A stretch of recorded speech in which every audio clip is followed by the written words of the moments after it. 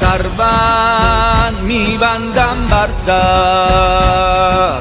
حیدر یا حیدر حیدر، گویم به امر مادر، حیدر یا حیدر حیدر،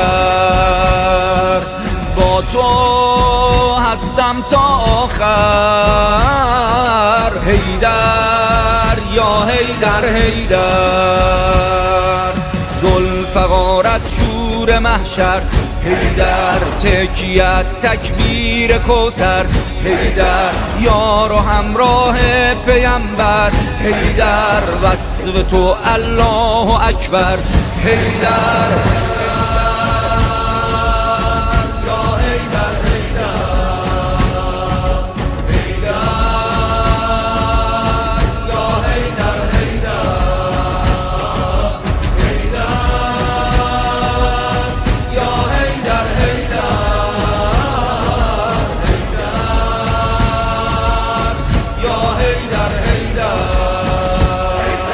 ذکر سرباز لشگر، حیدر یا حیدر حیدر، هر روز تا فتح خیبر، حیدر یا حیدر حیدر،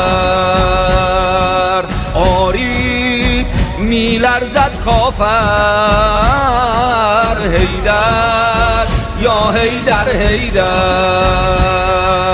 پهلوانان را دلاور، حیدر کودکان را یار و یاور، حیدر از همه هستی تو برتر، حیدر وصف تو الله اکبر، حیدر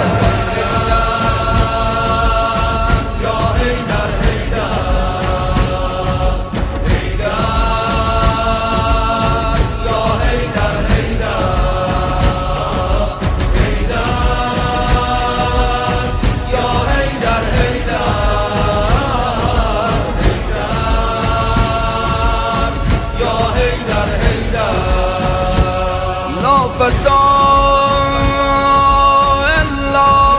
العلی، لا سیف الا ذوالفقار.